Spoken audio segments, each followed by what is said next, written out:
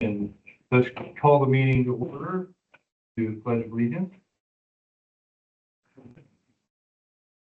I pledge allegiance to the flag of the United States of America and to the republic for which it stands, one nation, under God, indivisible, with liberty and justice for all. All right, we have a roll call. Looks like we have a quorum established. We have 4 members and 1 vacancy. So all active board members are here. And this is being recorded, Dave? It is. Yep. Okay. So interview of potential school board members, description for policy BBE and ORS 332.030, effective July 8th, 2026 through June 30th, 2027. The district will interview and review the applications for board position number 2. And we have attachments with all the applicants. First up, we will start with Brett. Hey, Brett. So, Brett, what we're going to do is we have a list of questions that we'll ask all applicants. We'll go through and these will be scored. And then we'll compile them, or I guess we'll discuss after everyone's been interviewed, and go over the scorecards, and then we'll determine. Ultimately, the board will have to appoint someone. Yeah, we'll determine who we're going to appoint, and we will appoint them in the regular session. Yeah. So until the regular session. Anyway, so let's get started. Do each of us want to read one, or I'll read them all? I don't care. Why don't you just read them all? Okay. Until we don't have to worry about it. Okay. Sounds good. If everybody's good with that? Okay, so the first question, we're looking for it. Why do you want to serve on the board? I have 3 kids. One of them, or 4 kids, 3 in the school right now. The 4th one is 3, so they're going to be going through the school district for a very long time. I'd like to be able to make decisions to help the school district be as good as it can, because my kids are going to that school. I want to be successful. Mhm. And I think I like being a leader, helping drive things, pushing policies. So this is the place to do that when it comes to school, unless I want to get a master's degree and try and be a principal or something like that. Okay.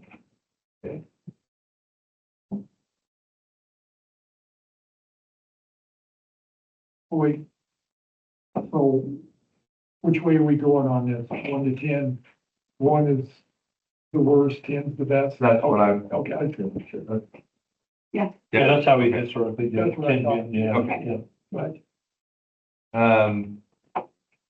So the next question would be, which experiences or perspectives will help you represent and serve all students and families? So I have a history of being in very diverse groups. I grew up in Southern California. So then after that, I left. I joined the Marine Corps and did 7 years there, where I've worked with all different types of people and cultures and levels of that. Got out and coming here, I coach youth football, and I was a volunteer firefighter at Looking Glass for 8 years, 7 or 8 years I was over there. So I've been helping people in the communities of all different socioeconomic backgrounds, cultural differences in that. So that gives me a perspective to what would be best for different groups of people. And if I read one of these questions and you want me to reread it, just I'm reading them for the first time sometimes. So we're trying to jot It notes. doesn't So sound we clear. don't have eye contact. It's not that we're ignoring you. Okay, so the next question would be, how will you help advance the district's mission and goals? By providing the support that the schools need. They already have, that last meeting I was here, they had that, you already have those kinds of plans and goals set. So working as to how can we assist the schools in making those ways we can get the community involved.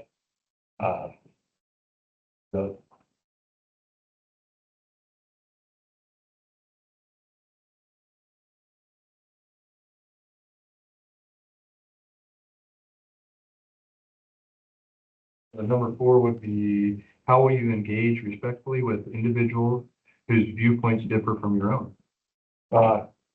Been through lots of training for that. The last one was crucial accountability conversation. So in my job, I work in management at the mill, so going down and talking to mill workers, there are sometimes conversations where we have to be respectful, even if people disagree with you. And even in the boardroom, you know what I mean, in at upper management, we don't all agree on what we should be doing or the direction the mill should be taking, but you have to be able to discuss those things openly, honestly, and, you know, kindly, professionally. You work for Roper Lumber Rail? Real plywood. Did Yeah, you- so you've gone through all the training, all the classes, Many, Yeah. many classes. yeah, I went through a few of those, even though I wasn't a supervisor, so. Teach you to be nice to each other. Was that anger management? To be honest, yeah. To teach you ways to do it. That was a question I had too, is the training that you went through. So you answered both of our questions. And sorry, board, there is this one right here, just for that question 3 as we move forward tonight, how will you help advance in the district's mission and goals? So I just think, and then the candidates will have, can look at that too. Yeah. So I think youth sports coincide with that, coaching, you know what I mean, that helps improve kids want to go to school.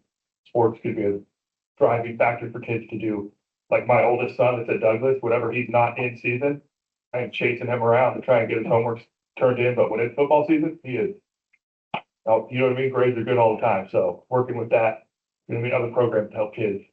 Yeah, all those programs out there, if it's cheerleading, anything, choir, All of band. it, yep, as long I as got it's- drone club, yeah, Yeah. all those things are there. Mhm. More kids we can get to go to the school district, then the more funding we get, the better we can provide for the kids. You know, hopefully it'll be a self-feeding cycle. We can grow upwards and onward. The next question would be availability. Board meetings, work sessions, and committee service often occurs during the evening, occasionally during the daytime. How will you balance board obligations with other commitments? So now my job, I work straight days now, so I have evenings off. You know, during football, I'm coach, so I can take time off for those meetings. And during the day, it's flexible. I'm not a direct supervisor anymore, so if I'm not on the floor, nobody misses me. So if there's something during the day that we need to do, I can adjust my schedule.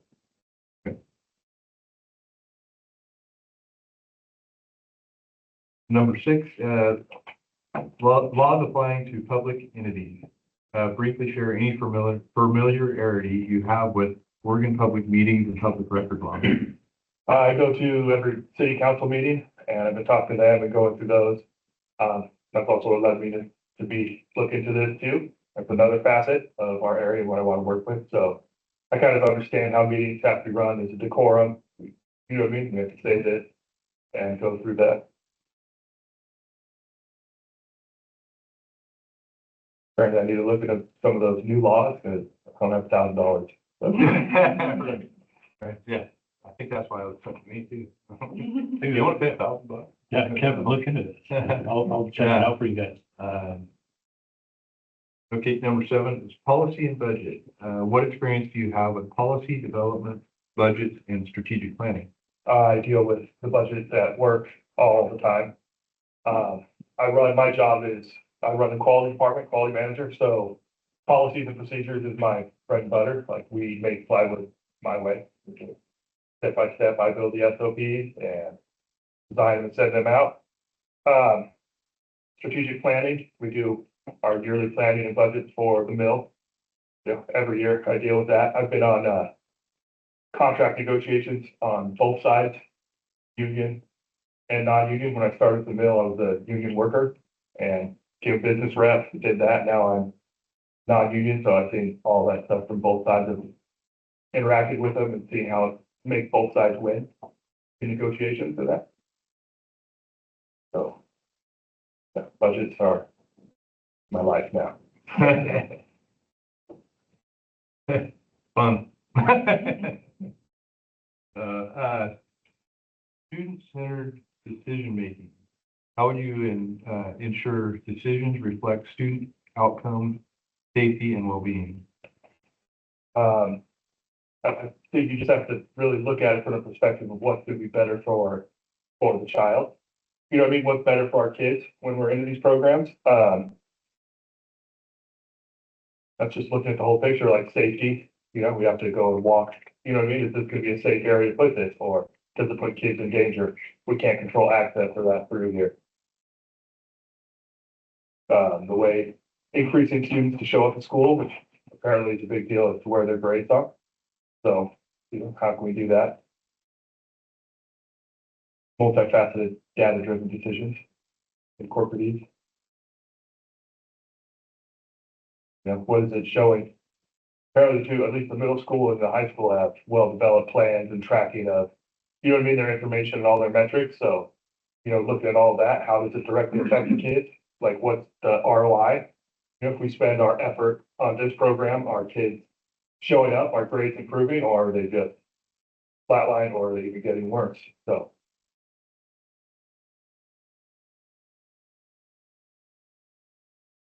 Hey, that's all of them, right? I mean, unless, yeah, if there's any follow-ups, yeah. So I have, what they ask me when I become a board member, can you make the tough decision, even though your family, friends, everybody around you says something different, like in COVID, during COVID, we had to make completely distance ourselves from everybody because what we had to do for the school was not what everybody wanted. So you're gonna, we lost friends, you know, they're all back as friends now, but then you lost them. Yeah. Are you able to make that decision? Yeah, you have to be able to stand up and make the decision. Like the money, finances are just what they are. It's not emotional. We can't be, oh, this would be really, everybody outside of it can be emotional in their decisions and that. We got to look at what the realities are of the situation. Yeah. Like in COVID, people hate masks, but it doesn't matter what I feel. The state of Oregon says that, you know what I mean, that the district has to kind of do that. So we have to follow the laws. So, yeah, I can make decisions that won't make me popular. My wife's job's popularity. It's a great balance.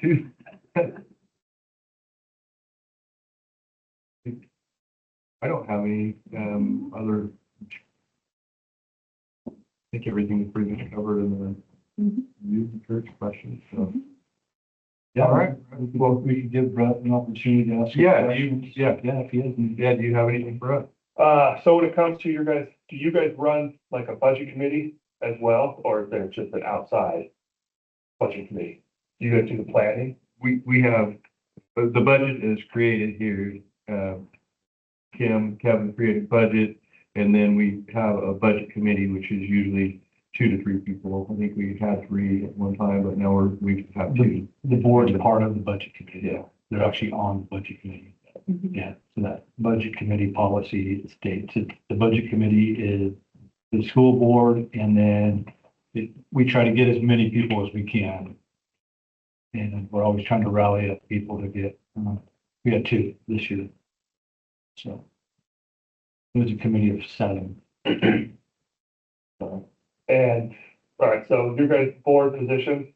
So do the schools come up to you guys with, this is what we need or want, or are you guys kind of, you know, like, is the planning coming from you down or bottom up? Kevin pretty well informed us, and then if something important comes up, other than that, we cover here, but Kevin's pretty well at which word I want to use, kind of like the middleman. yeah. Yeah. And he, so, but if we have any questions and stuff, I mean, They'll answer it, but Yes. if he shows up, hey, I think we should do this, Yeah. probably. I try to facilitate exactly. as much as I can between the board. Here's the boards, the board would like to see. And then in terms of operational management in schools, I work with the building principals and Mr. Walker is our Director of Instructional Services. So I'm kind of the middle person facilitator for the board to the administrators and the schools and the students and the community, and then vice versa. You have to, I have 11 children, I didn't know. And 3 generations have graduated out of this high school. And, it's important to, even with them, they've had difficulties and they'll come to me and say, Grandma, you know, this and this has happened. And my choice to them, word to them is you have to follow the policy and go through this. You know, you have to go through this. You can't go through me and expect me to go and solve that problem. You have to go the route to do it. And I have one grandson that people have did me. He says, don't ask Grandma to do it. You just better do it yourself. So it is hard sometimes not to intervene when you know who they're talking to and you know what's going on. But the important thing is to enforce with them that they have a responsibility to report, and I can't solve their problems for them as a parent or a grandparent. Just in those personal relationships, Does that answer the question that you were, as to how, yeah, No. I'm understanding. I didn't know, but, yeah, our job is to work with Kevin. He's the only person we really work with, and then he works with the administration. We have no, we're not over any of the principals or any of Kevin's our guy and he takes care of it. That's the order it He really. makes the big bucks. Yeah. He has, And then we're always just Yes, so let's, encouraging communication amongst ourselves as well. Like, hey, if we have whether it's a task that needs to be done or an issue that needs to be addressed, the more we communicate, the more that we're all on the same page, we're able to process and then come to some determinations for, informed decision making. Unless it's gonna cost us $1,000. That's definitely a conversation that we have, Yeah. unfortunately. So is there an example of like the most recent thing where you guys had to come together to try and decide an issue? Yeah, Yeah. we had a couple of those. An executive session. Yeah, Okay. choose not to, we won't be able to disclose the details of that, but yeah, that's a reality for the business that we, throughout a school year. I would say probably on average, 1 or 2 times we'll have to come together and executive session, like Susan said. Yeah, this year was a little busy with the votes. Yeah, a little bit busier, might be into 3 or 4 this year. Was pay scale. Oh, you're gonna like Yeah. We'll put you at the top. it. You get easy access. to With your schools experience, for the we could most move you part. right up to the highest tier. It's the same as the lowest, but. It's the other perks. Yes. Being involved in your kids' lives, yeah. I don't like to be a passenger. All right, so that's, unless you have anything else? That's good. Okay, all right, Brett, thank you very much. You guys having a normal session At 7. at 7? Yeah. So I can come back for that one or? Yeah, absolutely. This is actually an open session. Oh. Yep. I don't know if I had to leave or. Yeah, you don't have to leave, but Gio's here, and so we'd have him come up, get in front if you want. Yeah. If you could share that, Brett, that information with Gio. Yeah. Or can you grab this, Gio, just so you have a little bit of time too? And you're a little bit early, we can look over those questions for a little bit if you want. Or if you just want to fire away.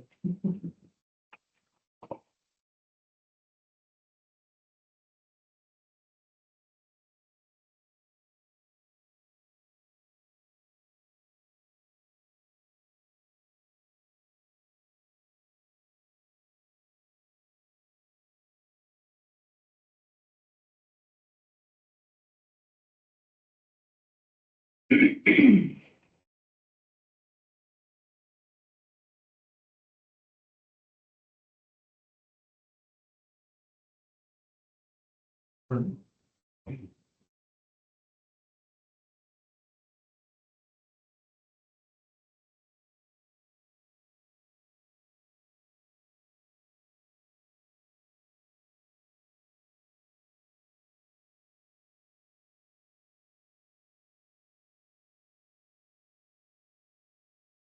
you been on the fishing yet? Have you been on the fishing yet? No.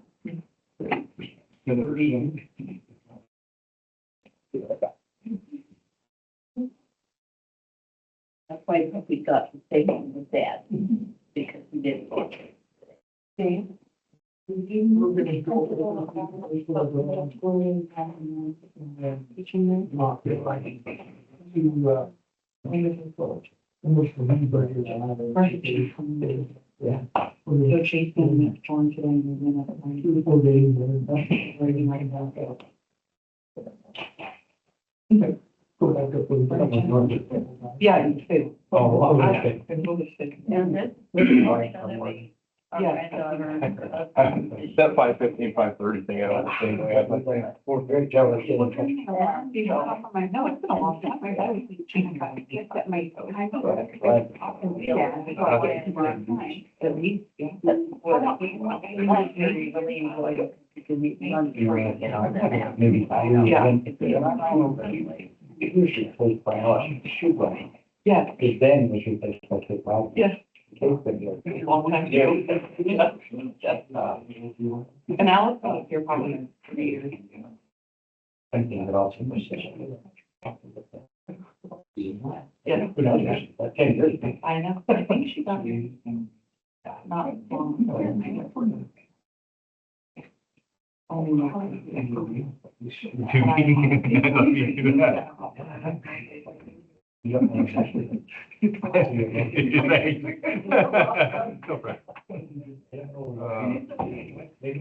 Was unofficial. Could you keep them unofficial? I don't know why, I don't know why. I recognize it. I'm thinking about the. You want to talk to me.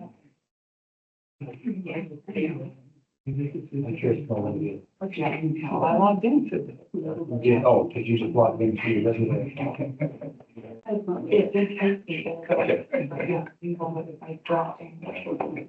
How's our kids looking up for FFA coming up for the fair time? Are they doing pretty good? I think so. I think that transition, I don't know if ever stepped down. So I think that transition was. I was part of. How are you? Good, how are you? But, well, I don't. I did 5:40. Okay. 5:45, right? Ready. And are you good to go? Yeah. They were supposed to just already created for it. Yeah, thanks. Yep, that's what it was. We have to shut up now. Yeah. Yeah. Interesting. Mr. Pedersen. Hey, hello. Here, so, what we're going to do is we're going to ask you 8 questions. We have a list of the same questions that we ask every applicant. And then we score them, we compile them later. There's three people running, so, then we'll get together, we'll have the results at the 7 o'clock meeting as to. Yeah, first order of business. Okay, so with that, are you ready to go? I'm ready. I'm gonna ask you some questions. All Okay, right. I'm gonna just read them off, and if you want me to repeat them for any reason, let me know. So the first question is why do you want to serve on the board? Well, my family, I grew up here. I went to school 1st through 12th through the system. I've had 2 children graduate recently through the system, all 12 years. And then we have 2 other ones that are currently, well, one's in the system and one will be probably in the next year or so. She's 3 now, so we'll see. Just had an opportunity this last year to spend some time here at these meetings with my daughter as the former ESV president. Just enjoyed the process. Definitely see what you guys are, the challenges you're dealing with. And I would just like to offer my services as trying to help come up with some solutions with different funding concerns and that kind of thing. And just a different perspective. Just willing to share some of my experiences I have with other things I've done in the community. And yeah, just hoping to serve.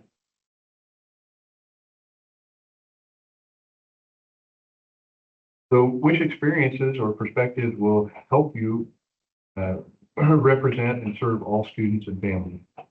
I'm just growing out in a rural community. I live out in 10 Mile, grew up there. My education, I have a bachelor's degree in school. We talked through a lot of different, just my classes and through school. We talked through different backgrounds and that kind of thing. My current position, I work in multiple communities, counties with underserved folks.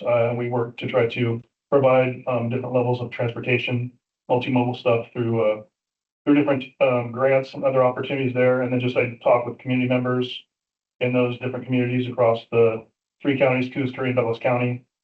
So I get to hear different perspectives, definitely understand the challenges with rural communities versus smaller cities. And then just the larger cities we have also just, there's different concerns with different citizens, and I'm open to listening to people and try to come up with something that's a good solution for anybody.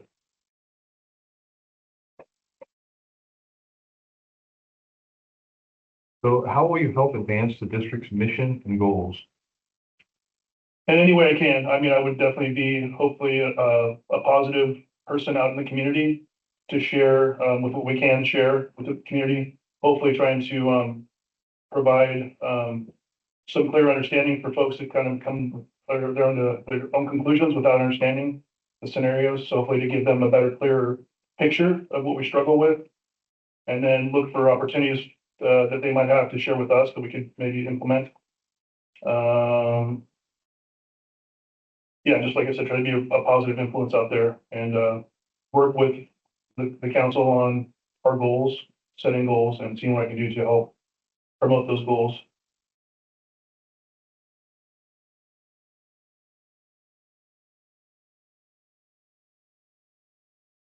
So how will you engage respectfully with individuals whose viewpoints differ from your own? Yeah, similar to question 2, I guess I would add on to that. I would come in with an open mind, listening voice. It's always good to kind of listen first, hear them out, engage respectfully, and just provide whatever insight I can provide. You know, if there's one viewpoint, there's another viewpoint, so kind of explain the other side. Or if there's multiple viewpoints besides just 2, talk through that, you know, we need to be thinking about everyone. So hopefully explain that in a way that resonates.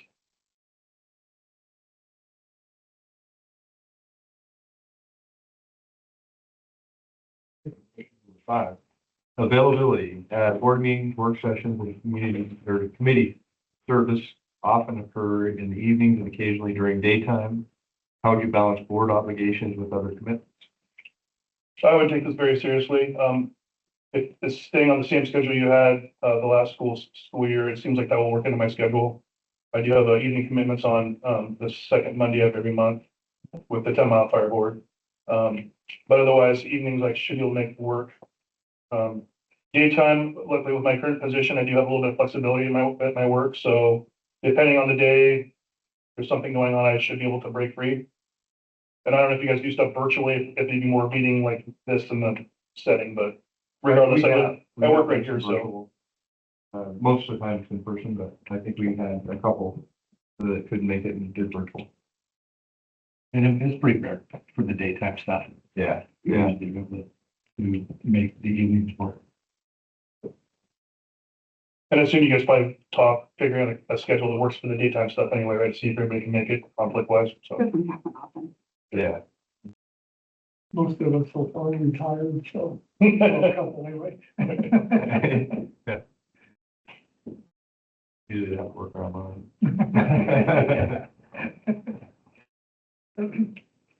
Laws applying to public entities. Briefly share and any familiarity you have with Oregon public meetings and public record laws. Yeah, so I'm familiar with the laws, just with being on another public board, the rural fire department out in 10 Mile. And also I attend multiple meetings, city council, county commissioner meetings, that kind of thing. So very familiar with how the meetings work. Forums and all that. Yeah, and then public records, you know, When you can. public records laws, I'm very familiar with that. I have to deal with public records requests quite often in my position, so. Okay, policy and budget. What experience do you have with policy development, budgets, and strategic planning? In my current profession, I work in the role of balancing a $30 million budget with my 7 different section managers. And strategic planning is a huge part of any position I've had, I think, with my career. Long range planning, and then also weekly, monthly planning like that. Policies, we work a lot with policies as well. Like I have an opportunity to review policies and provide comment back on policies with different agencies. And so, yeah, I'm very familiar with all 3 of those.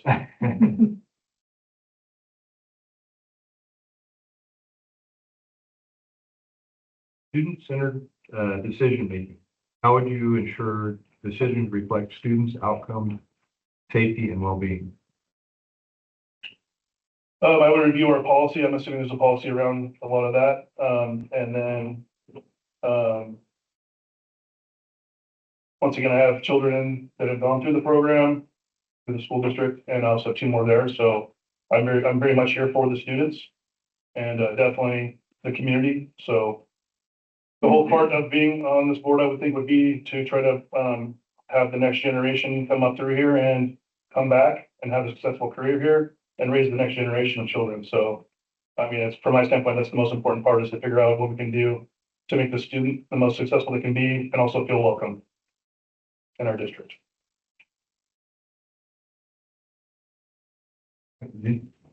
Anyone else have any questions for? I got one. So, like I said, Brett, the first question they asked me was, can you make the hard decision? Growing up in the community, everybody, you know what's going on. So if something come up like COVID, and you know how the schools were affected with it, and, Right. Between the mask and no mask or the shot, could you make the tough decision with everybody on your back?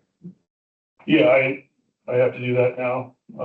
I had to do that through COVID. I was a manager at a large area for, and having to deal with the same struggles we were here with the district. The best thing we can do is hopefully have a good informed decision, right? So I can back a decision, even if it's not a decision I would agree with personally, as long as we have an informed reason we got to our decision and we have a consensus that that's the right decision to make. That's kind of how the board had to do it, No, I don't envy you.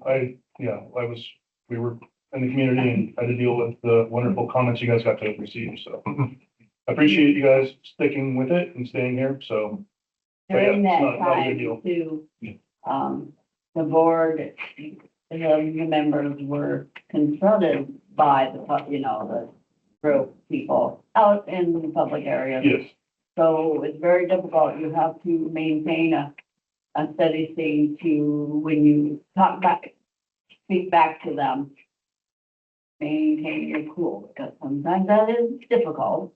right. But yeah, that does happen. We do get that type. We've gotten phone calls during that time of COVID. I was when the post office, somebody came up to me about what I was doing.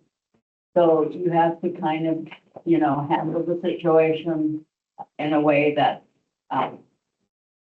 you walk out of it feeling that you did all right. Yes. Yep. Keep a cool head, do the best you can to diffuse the situation and realize that I'm a voice of this board if I'm so elected. So yeah, I understand that. Understand that process. It's not easy, that's for sure. Anyone else have any? Do you have any questions for us? It sounds like I think you kind of explained the process. So you'll be reviewing these after the interviews, and then this evening you're voting on it? Okay, gotcha. Yeah, it's actually on the board. It'll be the first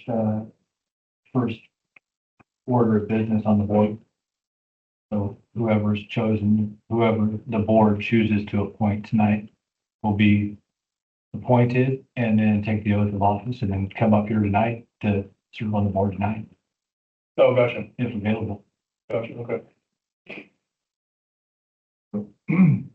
Otherwise, I talked to a few different folks around the area that are on other school boards and that kind of thing to kind of get their perspective, just because I wasn't sure, how the time commitments were and all that stuff, and just their perspective on, like you mentioned, public outreach and that kind of thing, so, I'm willing to come here tonight to interview, so I'm willing to go through it. Absolutely, absolutely. All right, well, you're off the hot seat unless you have anything else. I don't think so. All right, perfect. Well, thank you very much. All right, thank you. And 7 o'clock, you said this evening? Yep, and you're welcome to stay in open session, Gotcha. or you're welcome, whatever you would like to do. So that's what my wife wants to do. Good call. Thank you. Margie, are you ready for the hot seat? I guess, I'll be here. Come on up, Margie. Do you want to come on up here closer? We want you close. Oh, I can sit right here. yeah, That's the hot seat. That's the hot. that's the one. So Margie, what we're gonna do is we're gonna go through and ask you 8 questions. What we've done with everybody is ask them 8 questions and then we score them so we can compare it. And we will, after we make a decision, or not make a decision, we will do a vote. We will do a vote at 7 in the regular session. So, anyway, are you ready to? Sure. Okay. All right, we'll fire away here. Okay, so why do you want to serve on the board? Well, I've done the budget committee for a few years now, and so I thought that a board position would be more challenging and just to see how the whole thing works, not just the budget side. Just your guys' challenging monthly. So what you guys go through with the finances and dealing with the community and students and faculty and all So which experiences or perspectives will help you represent and serve the students and families? that. I don't know. I mean, sure, my kids went here, my grandkids go here, and I worked with the fire district and dealt with, walk-in medical aids, but that's totally different than a child here or your guys' situation. I guess I'm just a servant at heart as well, and so just trying to, serve the community as far as what I can do.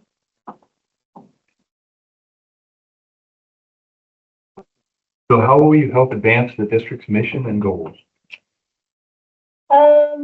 That's a good question. Looking at that. I do understand, I mean, I know that there's a financial crisis, but we all have that with PERS.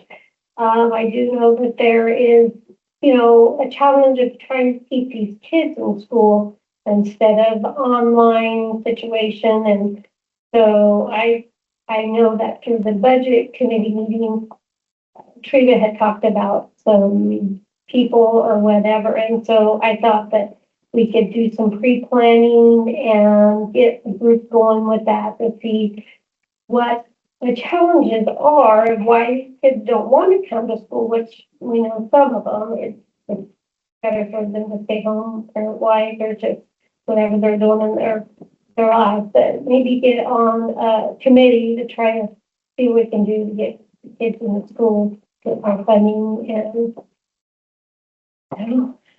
There's probably a lot of things out there we could be doing.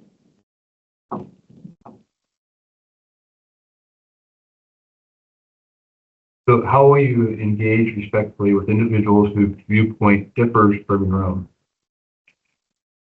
You need to be considerate. I mean, not everybody's going to agree. I mean, you may have opinion on something, Lorna, Susan. You need to be considerate of them and their opinions and respectful and work together as a team, be team players with leadership skills, and everybody's got different viewpoints, so.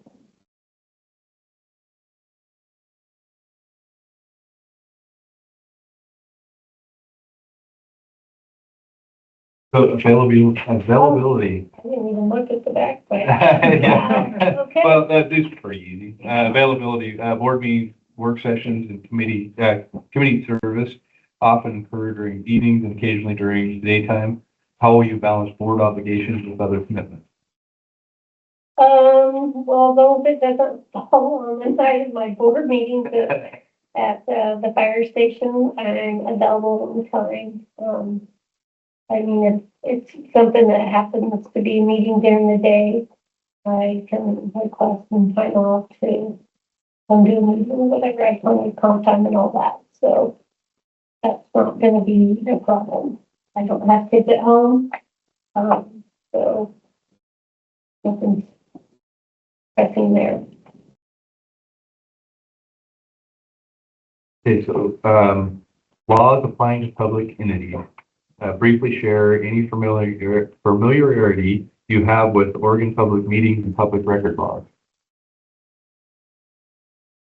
Share any family you have with Oregon Public Meetings.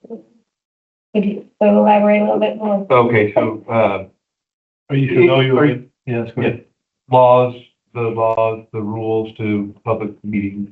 Yes, we have to have meals in for the district, and so, I mean, actually, I think once a year we do a refresher on it. Basically your quorum and all of that is what you're talking about for a meeting. Yeah. That's it.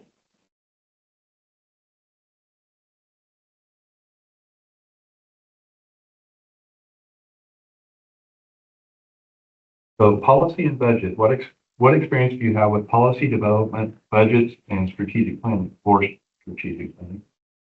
That would fall along the lines like what we do with the fire district, planning out your budget and, making sure that it's completed at a certain time. You have your budget meetings, whether you have to cut because of your finances and all of that. And so, I mean, we have a cutoff date because if you don't, by the time you know it, everybody's trying to do everything in the month of July, and that's not going to work. It's supposed to be paid in the physical year prior. So, that's my experience was just putting the budget together, what I did at the fire district.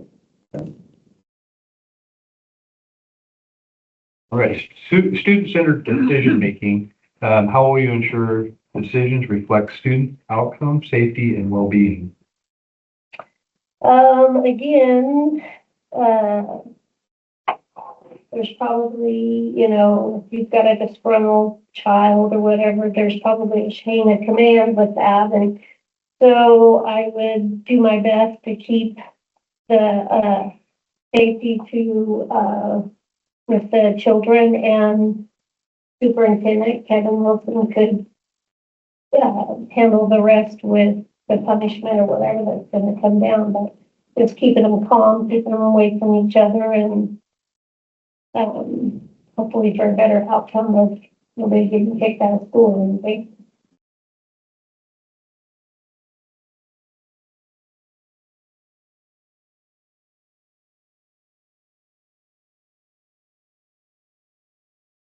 Kurt, you got that? Well, Yeah, Kurt's got a question. He's asked everyone else what he got. Can you make the hard decision? Like when Looking Glass was, when the gym burned down, when COVID was here, even though you're gonna lose friends and family members are gonna be mad at you, if some decision come up and they were against you, but the right answer for the kids in our district, would you be able to go against them and make the hard decision?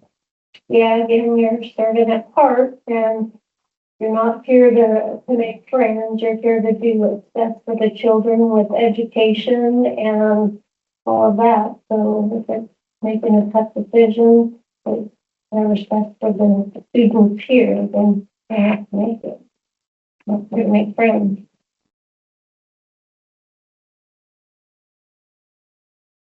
You I want mean, to, education is pretty important to these kids, and I don't think a lot of them are getting it. Do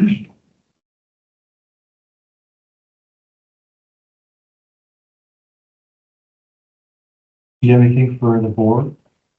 I do. Question? Yeah, I mean, I know just by the budget committee that PERS and keeping the kids in the school is a pretty big challenge. What other challenges are you guys facing with the board and with the district?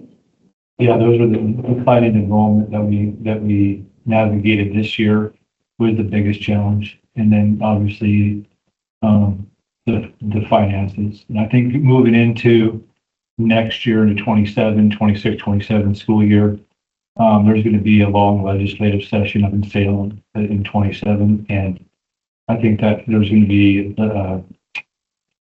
where do the brick and mortar public schools fit in with home, virtual, online, all of the other things that, where are we seeing? Dave's actually, Mr. Welker is going to speak to this quote unquote analysis. We have had discussions, and I know that we got a little, I wouldn't say heated, but a little passionate about kind of the conversations that we had in our budget committee meeting about who we are and where are we going and what's it going to look like. And we did have those conversations this last year. And Mr. Welker will speak more to that tonight too. Well, and I know, like, I think it's, Camas Valley is doing some type of homeschooling thing, but they're actually getting credit as a school for that. And I wasn't for sure what all that entailed, but I did hear that from one of their teachers, and I didn't know if we are doing something like that, if they're doing homeschooling and we're getting credit for them. I know that they can come here and do basketball, football, or whatever, but are we giving any type of funding for a homeschool? So there's two different, I can't speak for what this story about. Right, I think I know they're a charter, but We do have students that choose to go to a virtual charter school, which is like a Baker Web Academy, Cascade Virtual Academy, all of these virtual academies. And then you have homeschool kids, and then we have as a hybrid as well. So we have the opportunity for kids to do the the virtual and attend some of the classes here on site. And so that's the biggest discussion that we've had. We've been actually doing a lot of the things in Winston-Dillard in regards to virtual schooling for a long time, 20 years. Craig, Mr. Anderson actually was the Dillard Alternative School when it was a credit recovery, but it was also an alternative school where kids could get credit over there. And so, Mr. Welker can even speak more to. do we have Educating. any teachers that are here that, like, if they have a prep period or something like that they could do a home class or something that we could get credit for? That's a good question. We are going to be working this 26-27 school year. It's not going to be a teacher. We're going to provide an opportunity. We'll have district liaisons. So if a student, let's say a first grade student that attends Brockway wants to go virtual, we're going to give them, we have options. You have to provide families at least two options before you can deny them the opportunity to go to another school. And there's actually a 3% cap as well. So we had 90 students that either attended virtual school or went to homeschool. So we can only deny after 36 of those students, which is 3% of 17. Our student enrollment in June, at the end of the year, was 1,217 students. So 36.5 is about 3% of that. So those first 36 kids that say, I'm going to this virtual academy, there's not much we can do about that, other than, like you said, moving forward, those conversations about talking about what we have to offer and then including with the hybrid model, like, staying connected with our district liaisons, which we've talked about, our child development specialists, or CDS. What do you mean by hybrid? A hybrid would be they can attend they can take some of their classes online at home, and then they would come on campus to do some like FFA at the high school. Okay. Some of those programs, those are some of the other things that whole flexibility, kids want flexibility. Mhm. And then, this is where it gets heated, because Okay. really what they want is they want the path of least resistance. I want to sleep in, do this and do that. Right. So it's a big old hairy ball. Mhm. Yep. Yeah. Yeah, and it gets to a point where we cater to them too much, then they're going to expect more. And that's a major concern that we've discussed extensively in administrative meetings, saying, how do you open that door and you can't shut Or it? do you stop it? And then now everyone's going, hey, look at that kid over there. That's just, rolling in at 10:30 a.m. every day. I want to do that. We've actually had people say that. I want to do what that person's doing. And we're saying, no, you don't. Right. And we've talked about this in board meetings last year, where we said, hey, we're a brick and mortar school. We're going to focus on the 1,217. If it continues to decline and it goes down to 1,150, then we'll staff appropriately for 1,150, and we'll just build our own programs and really push at serving the students that we do have as well as we can. Right. And then behind closed doors on the back burner, like, what are you guys doing for the district office?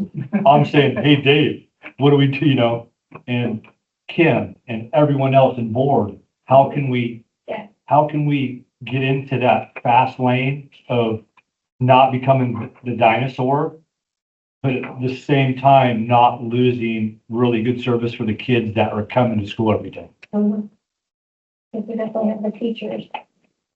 Yeah. And so, that's really the conversation in terms of like the challenges that the board has had. That's what we've been talking about for the last, 9 months. I mean, we really did. Last August, we had 1,290 students, and, it wasn't, by January, actually, in January, we had 1,260. So we were all going, hey, we lost 30 students in the last 3 months. And then in February, we had 1,230. And so it was kind of like it was declining. And then from January to February, it went like this. I'm just curious the percentage of the ones that do the virtual and it only lasts for a little bit and then they come back because they realize, because some of them, it's not their thing. They realize I'd rather be with my friends and socializing and, getting work done than being at home. So do we know how many of these kids moved out of the area because Roseburg Lumber shut down? I think part of Reynolds shut down. Do we have an idea on that? Dave, I think those numbers were on your. Well, it's not specifically on there, but yeah, I could. So there's as a request of Mrs. Hunter, I put together that analysis, and it's in your board packet. But we had, as Kevin mentioned, we had 90 students who were online from our area. But as you'll see in that packet, only about half of those kids ever attended school in Winston-Dillard School District. The others have moved in here or have always been homeschooled. So of that half of those, roughly half, 45-ish kids that did go online from our district, that's part of that student body, that student count that we saw decrease. The rest of those kids are kids who moved out of our district. So it's about half and half. The rest of them are kids who have moved out of our district and have enrolled in other districts or enrolled out of state that we know what happened to. So all of that decline in enrollment is not a result of this online issue. Yeah, It's a multi-stemmed issue. You're exactly right Did you say it's about 50%? about that. I don't have the chart in my brain. I think it was About- 52. yeah. Or 48 or 34, something like that. in that ballpark. Yeah. Don't want to steal the thunder from board meeting. No, exactly. Lisa's good at the order, Dave's chart. So it's not. I'm gonna go. All right. Or we could, no, like, no public meetings live. So we can, we should be able to adjourn, we'll go compile, Unless Mark. unless Mark, yeah. If that, Yeah, if there's any other questions that you may have. no. Good question, really. I mean, that's just like right in the wheelhouse. Right. Oh, Yeah, Dave, we can talk about that. It, we, Okay.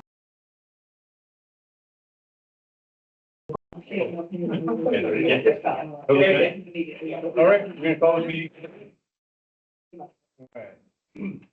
At this time, we'll proceed with the agenda provided if there is no dissent from the board members present. For Oregon Revised Statute ORS 192.650, this meeting is being video recorded and will be posted on the Winston-Dillard School District website. We'll start off with the Pledge of Allegiance. I pledge allegiance to the flag of the United States of America and to the republic for which it stands, one nation, under God, indivisible, with liberty and justice for all. Okay, it looks like we have established a quorum. We have 4 and 1 vacant seat, so. So we'll start out with the selection and approval of a new board member of position 2. And I'd like to say, we have 3 candidates and we're really, it's not often that I've seen we've had such good candidates. We have 3 very good ones, very tough decision. But with that said, the board will need to appoint a board position for number 2. So, may I make the motion? So, I move that the Winston-Dillard School District Board of Directors approve Brett Bustrom for board position number 2 effective July 8th, 2026 through June 30th, 2027. so we have a motion. Do we have a second? I second. A motion and a second. All in favor? Aye. Aye. Any opposed? Looks like we have 3-1 vote, so motion carries. Sorry. So with that, Brett. We Yeah, thank you Yeah. both appoint, very much. right, yeah, you. Would love to have 3 new spots on the board Yeah, add another table. and. yeah. So we come up, Brett? Where are you in and get you up here? You just say your name and insert of the blank. Yep, I, Brett Buster, do solemnly swear that I will support the Constitution of the United States, the Constitution and the laws of the state of Oregon, and the policies of the Winston-Dillard School District. During my term, I will faithfully and impartially discharge the responsibilities of the office to the best of my ability. Sorry. And your pen.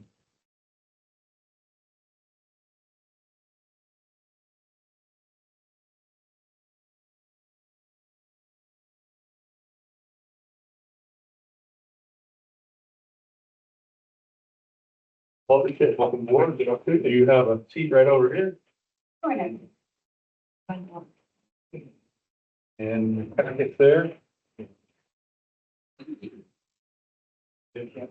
Yeah. Okay. All right. So we did the oath of office, board member two, office attachment, board member oath of office. Election of board office, we did that for policy. That's where we're at. That's correct. Okay.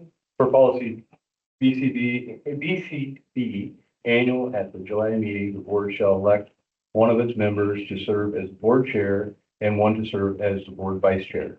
So at this time, do we have anyone?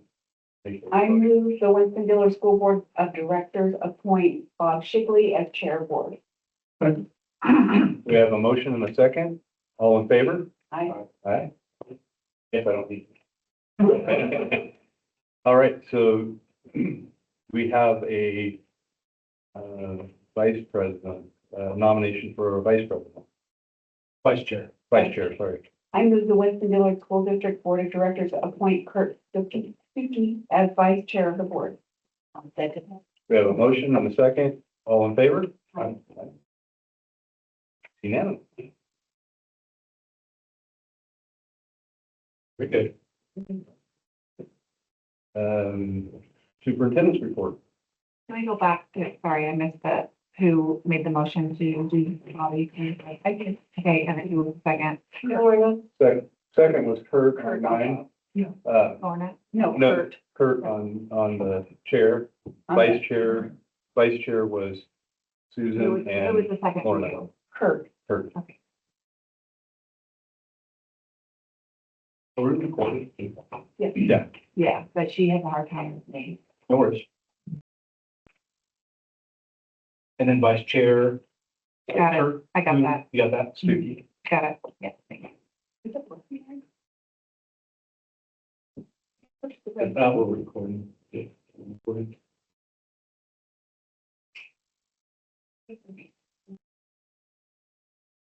Oops, That's okay. good, okay.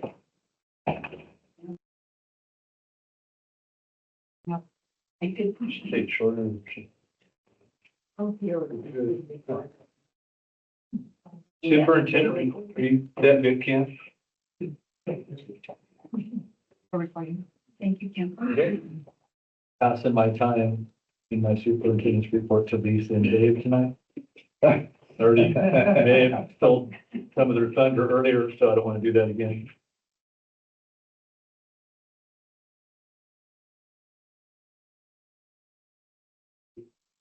You're passing? Yeah, no, Oh. I'm good, yeah. You're, no. okay, I Yeah. yeah, you want to go ahead. Lisa and and Dave will, Because they're gonna talk yeah, about what we're you gonna talk about things that are Yeah, kind of okay. coming out of the office. Items of discussion, homeschool, online, charter school. Analyst description. Do you want to speak on that? Yeah. Please review the data from the 25-26 SY regarding homeschool, online, charter enrollment. Mr. Welker will provide more information. Yeah, as you'll recall, during budget, we had a request for an analysis of the reasons that students had gone online. And as mentioned at that time, our principals had been gathering information from those students that we were aware of. This analysis does break that down a little bit further for you, so you can see that at the end of the school year, we had 95 students who were on a list that says they're attending online schools. Of those 95, 5 have since come back to us. So we finished the year with 90, either online or being homeschooled. It's one or it's a combination of both things. As you're aware, the state of Oregon does allow parents to homeschool their own children. So it's just a combination of those. Parents, I didn't put it in the report, but we had 6 schools, school students were being homeschooled. So there's 84 that were online. Okay. Of those students, 42 have never been enrolled in Winston-Dillard schools. So that's a pretty significant number, and we don't have any contact information for those students, and so they're not part of the reason for why your online survey that will follow. They're either students who've always been homeschooled or who've moved in, being connected to another school from, outside of our area that they discontinued with. Then we do have let's say 53 students at the beginning of the report. So of those 53, 5 came back. So the 48 students ended the school year online that were resident to our school district and at some point in time had been students in our school district. And those students, because they had been students in our district, we did have contact information for them. At least if they withdrew this year, that information would have been was current. If it was, 5, 6 years ago, obviously that information is probably not current. But we were able to contact a significant number of those people, and the primary reasons for going online, you'll see details on page 2. Number one popular reason is attendance is easier. You can see a significant number of the people, upwards of a quarter of them, had had discipline issues at school, either where their child was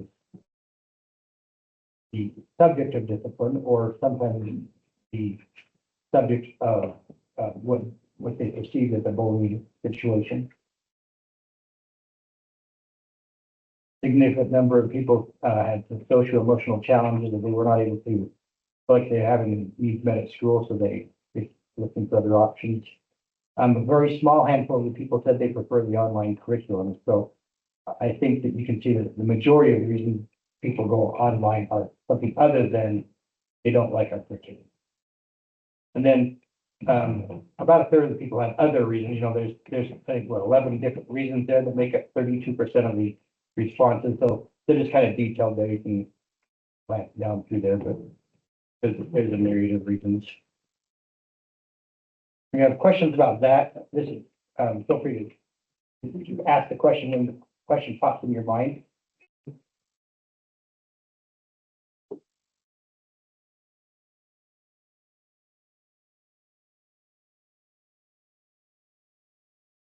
And then the third chart just details the number of challenges, what I refer to as a major learning obstacle. Significant number of the kids who are online face either discipline challenges, socio-emotional challenges, or I'm already struggling to come to school challenges. I think 44% of them were already considered chronically. Thank you, Kevin. I kept trying to say flagrantly absent. I go, that's not the word I want. They're not. I mean, they are flagrantly absent, but that's not the word I want. I thought you might just go with absent, but then. No, they were chronically absent already before they were injured. So,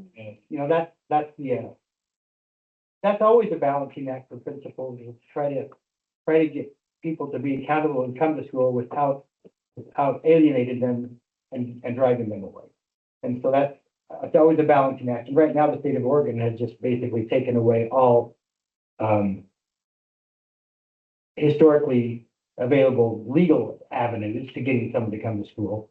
In the direction of, well, you can find a student, or you can find their parent, or when they took away the truancy charge, we were going down the pathway of, well, we can cite their parent for being or failure to supervise the child, which was also a great avenue until they said, no, you can no longer do that.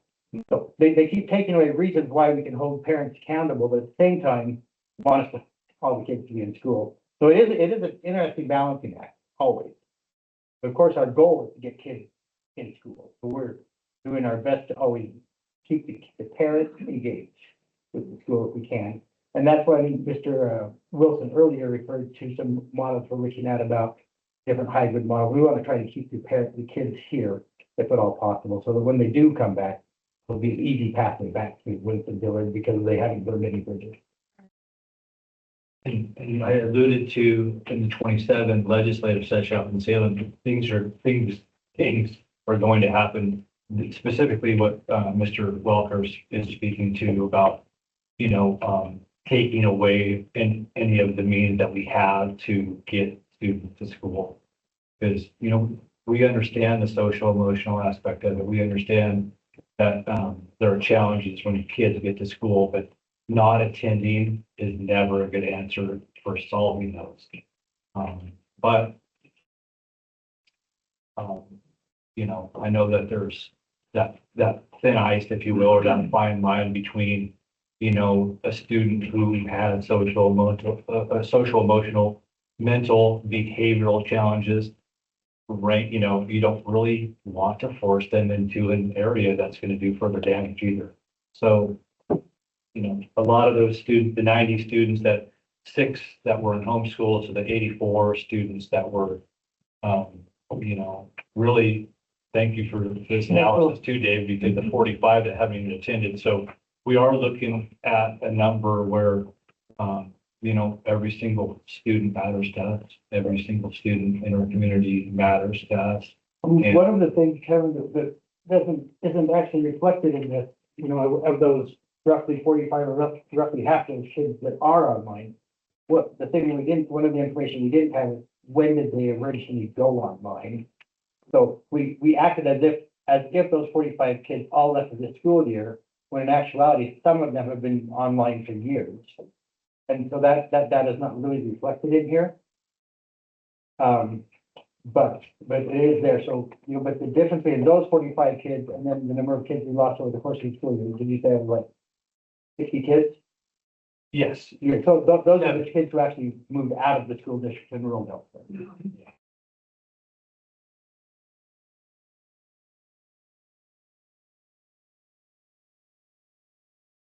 More questions? Well, I just think in closing, it's like that, this is the work that we're doing, you know, administratively, and, you know, when we're meeting as a team and saying, hey, how do we solve these problems?